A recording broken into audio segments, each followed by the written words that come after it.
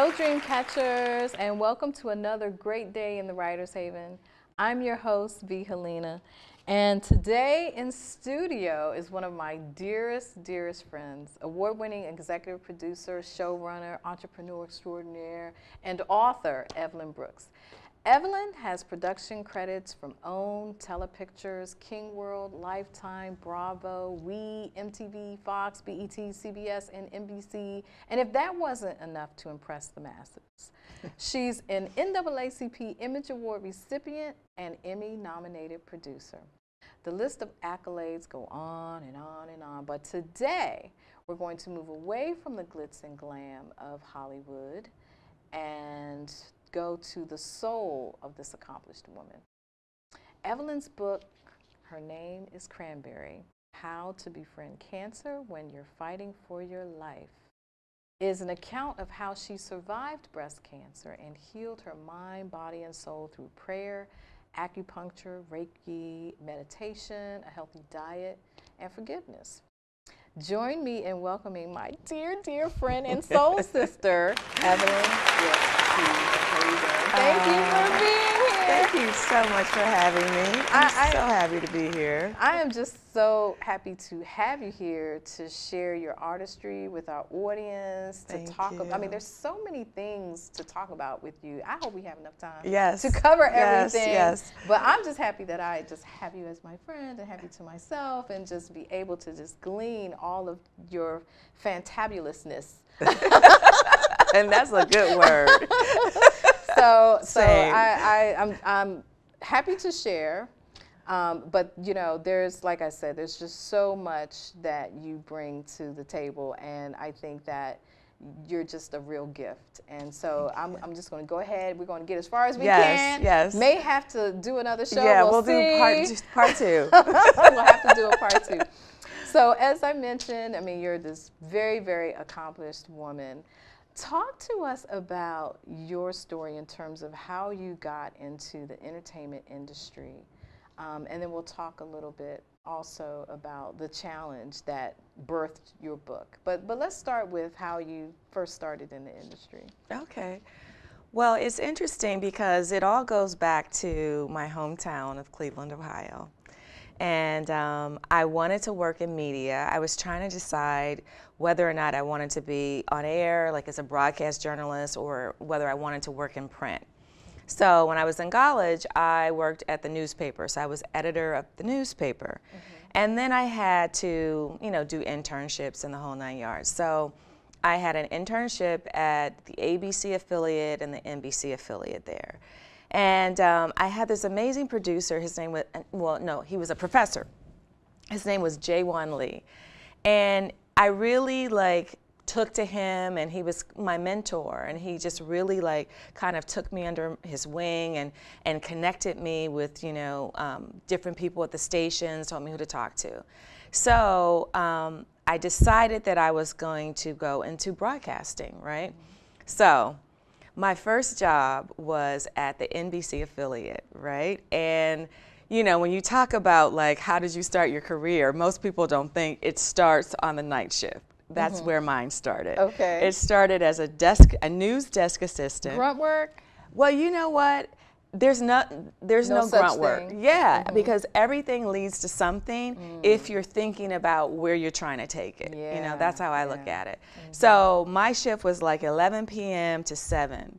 And so, and I listened to scanners. That was my job, to listen to scanners at night, and then to find out where the fire happened or where the murder happened or whatever. And so, you know, eyes barely open, I'm listening. And so I realized that, okay, you could do this job forever if you don't figure out how to, you know, move forward. And so my dream was to be a reporter, to be a morning anchor. So I was just like, okay, how am I going to make that happen? So what I decided was I had to get a tape, right? Because that was the thing. You had to get your tape made, and you had to send it out, get your reel together. So clearly I had none of that, right? So I basically did something which I think is at the heart of everything that you're trying to build in terms of a career. And that's building relationships. So I just made sure that I got to know everyone at my station. So from, you know, the editors to the producers, everybody. So what I was able to do, when everybody went home at 7 o'clock in the morning, I stayed on and I rode with the photographers that went out to get footage of whatever happened, you know, overnight. And then I would get out and I would do a stand-up. And then I would write my story.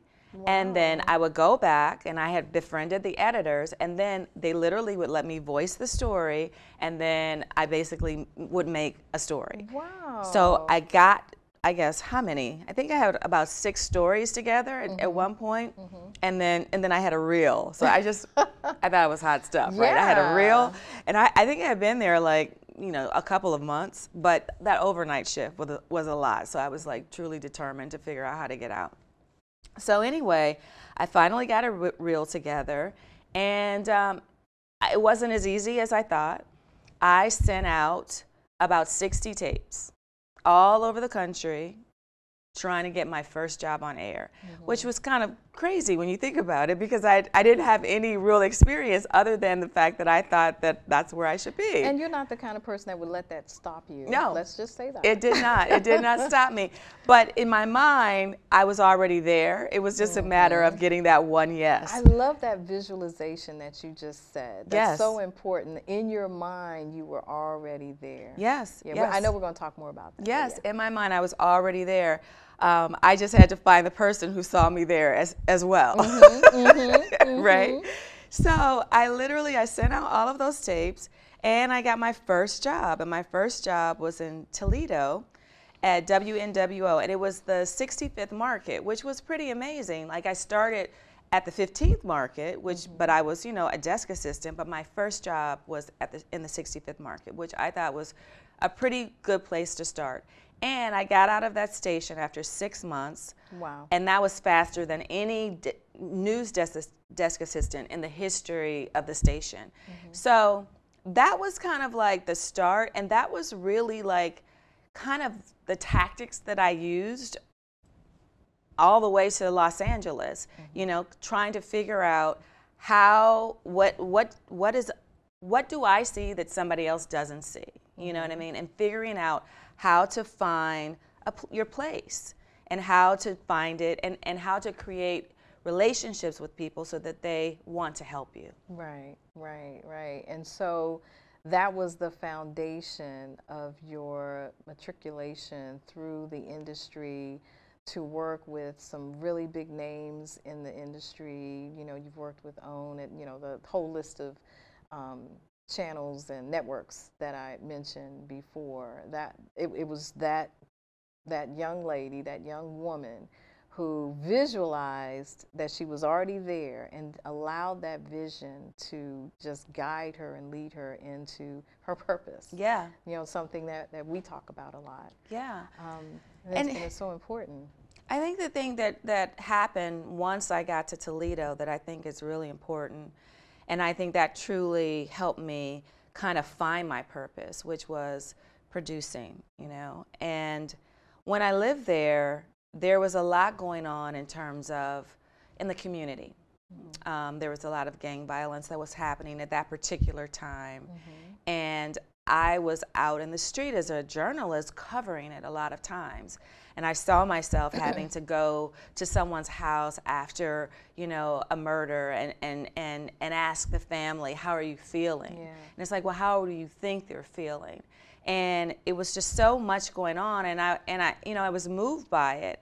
And a lot of times as a journalist, you have to kind of be impartial and report the story.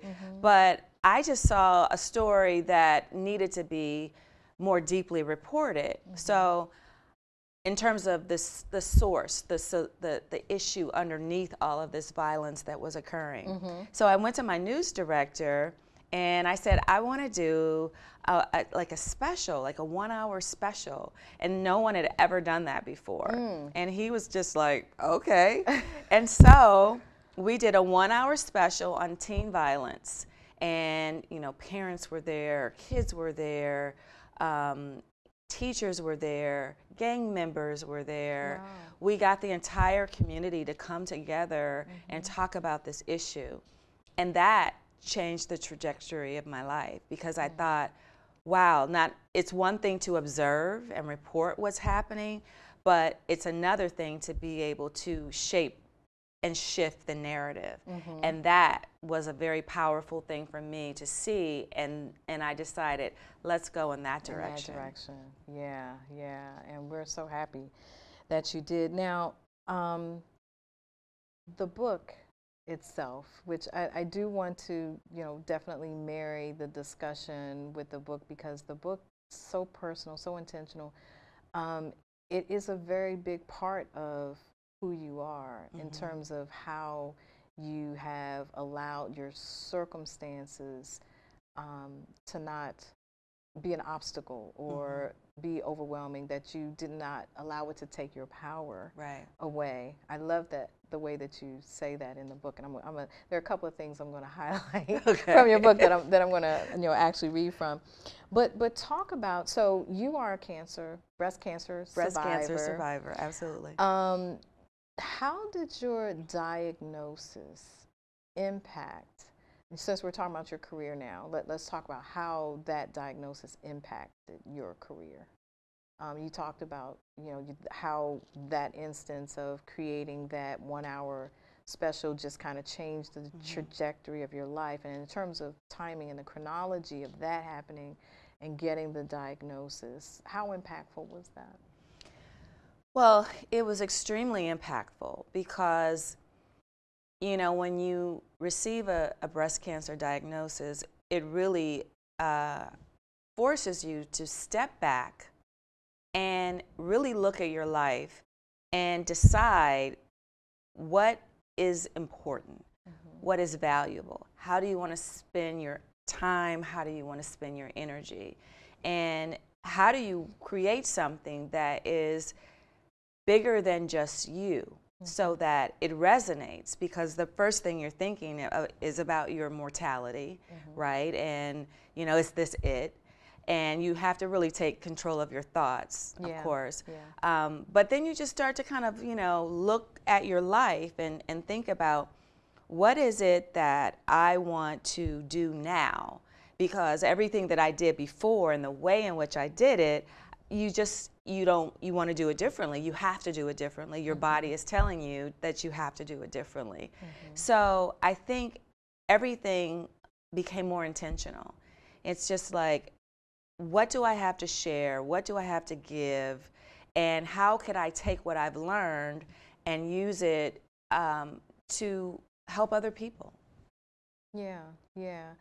And so how were the lessons that you discussed in your book, how did that kind of play into your life story? Because you have a few things going on, and I'll just go ahead and mention some of the things that I'm specifically thinking about, because of course those who haven't read the book have no idea. Right. We're like trying to talk about it without spoilers, right? Right. So we're going to do a little bit of spoiling.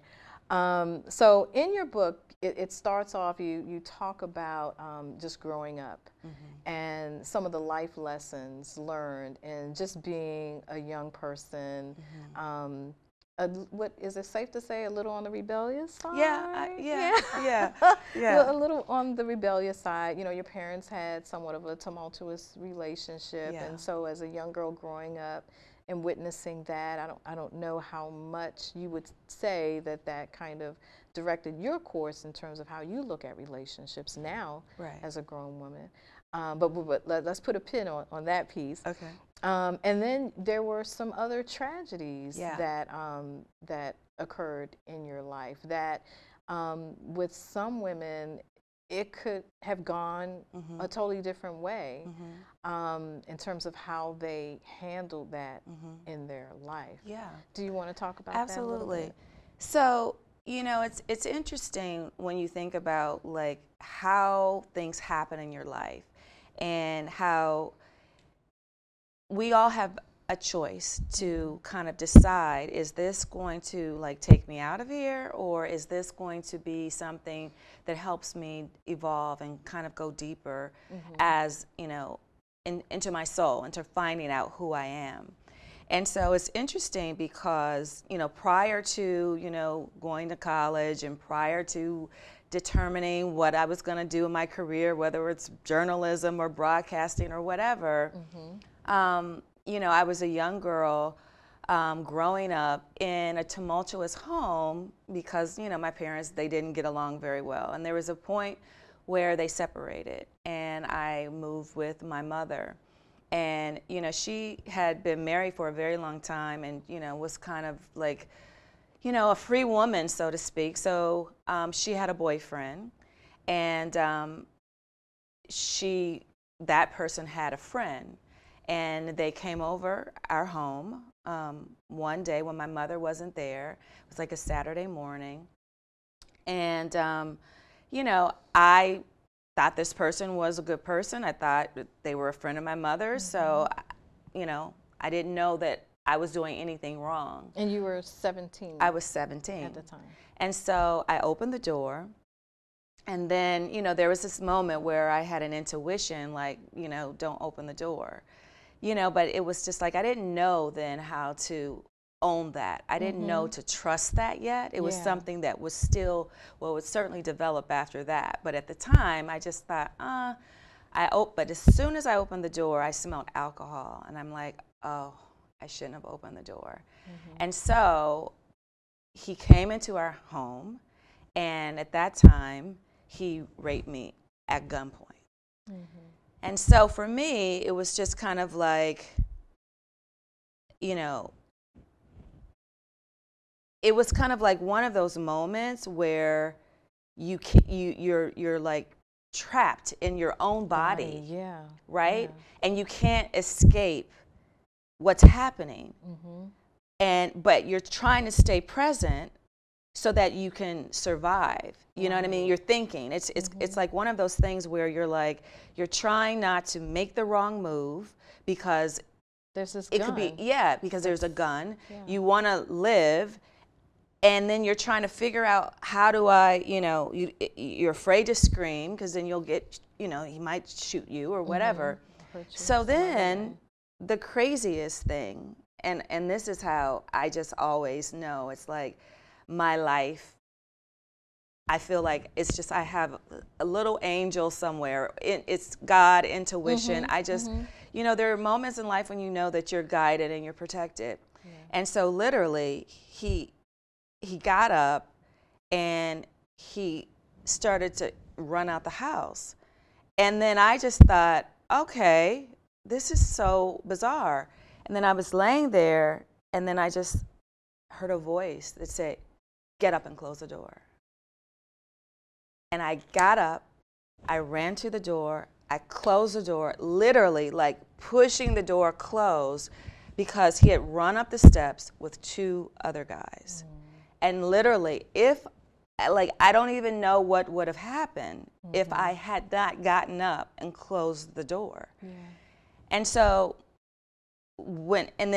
obviously I won't tell the rest of it that's in the book, but that moment, it caused a huge divide between, my mother and myself. Because you felt to some degree that was her fault. Well, I felt unprotected. There was some accountability there that she had to own. I felt like, okay, because in that moment she was kind of like, well, why didn't I open the door? And I just like, well, why is this person in our home? Like, you know what I mean? I'm assuming that whomever you allow in our home is going to be safe, a good person. You know what I mean? So it created a rift between us that literally was not healed for, at least another maybe 10 years. And it just so happened it comes full circle, and you'll read that in the book, but the healing of our relationship came together when I was a journalist in Toledo, and she had breast cancer, and she came to stay with me, and she was able to attend the first that special that I created. And so we had a really full circle moment. in the midst of everything, because it's like you assume when someone is sick that they change or whatever. And so there was some element of change, and there was definitely growth, but we had to really work it out. But it was just a sacred moment, because part of moving through any challenge or tragedy or anything that happens in your life, it does boil down to forgiveness. It boils down to forgiveness of yourself. Forgiving yourself, yeah. And it also boils down to forgiveness of that person. Not forgetting, not allowing that person back into your life, but it is important to be able to like release them as well, because what I've learned is that everyone is in process. We're all kind of making mistakes. You know, if we knew better, we would do better. You know, I don't know what happened to that young man. You know what I mean? I never saw him again. But what I know is that whenever we do anything, whenever we do anyone harm, it stays with that person, and it stays with them. So I know that because that day and that moment was a turning point in my life, I know that it had to be in his as well. You know what I mean? But for me to go on, I had to release him and not give him the power to impact my life. But understanding that this is a 17-year-old young woman who doesn't have the benefit of life experiences and exposure to other things to be able to turn that situation around in a way that you didn't allow it to take your power away. I mean, for me, this is my testimony, you know, because, you know, I think about, you know, when I was young, right? When I was, I don't know, it's interesting. Now when you think about the trajectory, and that's my word today, trajectory. But when you think about things that happen, right? And so my parents were not necessarily religious, right? But I had an aunt who was, right? Her name was Aunt Elvira. And she went to black church, right? Okay. And I just remember that I would just beg my parents, like, can I spend the night over on Elvira's house? And I had cousins and everything like that, because we would always go to church. And I mean, and that was probably started when I was like 7 or 8 or something like that. And I just used to love to go to church with her. There was something about the ushers and their white shirts and, you know, walking down the aisle. And then, you know, and you always had a pretty dress on. And then we went back to her house when we baked a cake and the whole 9 yards. It was always like, I just love the ritual of it all. And then the family aspect of it, because we would all go together. And so those are like early memories. So I can't say, you know, I grew up in the church and, you know, and it was always there for me. So, but I remember that was kind of an early part of my development, so to speak. And then when I got to high school, one of my best friends, I started to go to church with her, right? And then I got baptized when I was like 15 years old, right? Didn't ask my parents or anything. I just decided that I wanted to do that. So, but I always felt like a spiritual connection that was just my relationship. Nobody had to make me go or whatever. And so it's interesting when I say that I always feel like I've been guided, that happened when I was 15, and then 2 years later, this thing happens in my life. And so I just feel like that was God, like guiding me, protecting me, you know. That's where the strength comes from. That is where it comes from. And it is something that, you know, when you read the book and when we get to Cranberry, again, it's that same through line where it's like I'll find myself in these kind of life or death situations, and I'll have a dream, I'll hear a voice or whatever, and it'll say, do this, and then I'll do it, and then it'll like shift the trajectory of that moment. That's third trajectory number 3. But shift that moment, you know what I mean? So So for me, that is what it is, you know, and I just feel like, you know, everything else kind of revolves around that. I think that's kind of what I moved to. It's like, you know, I meditate, you know, I love Reiki, eating well, all of those things. But for me, the most important thing, you know, when I wake up every morning, it is to center myself. It is to say my prayers. It is to connect and then go out into the world. But it's not the other way around. Yeah, yeah. Thank you so much for joining us in the Haven and sharing your story and your life's work and just being the inspiration that you are. Thank you so much. So glad to call you You're friend. so easy to talk to. Oh my God, I was so nervous. I really was, but it was wonderful. And just thank you for having me. And I really appreciate the opportunity. That's what really feels great tonight. Yeah.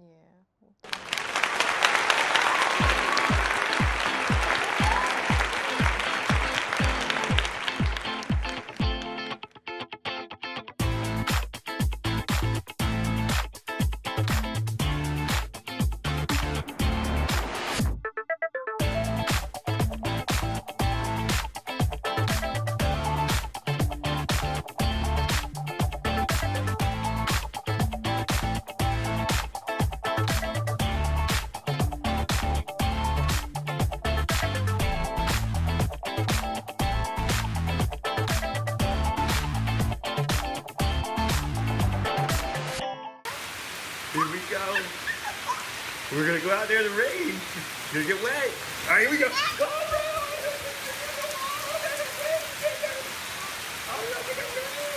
Okay, quick.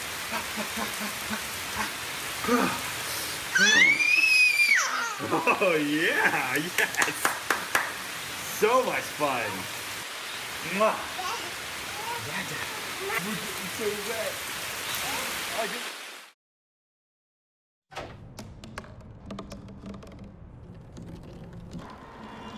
Everybody has a dream.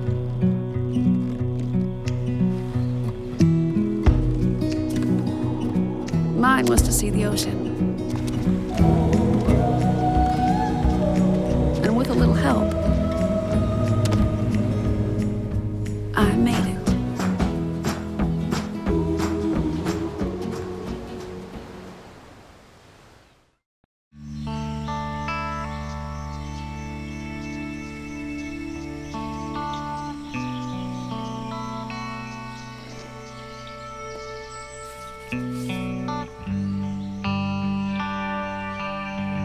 This is the moment I knew.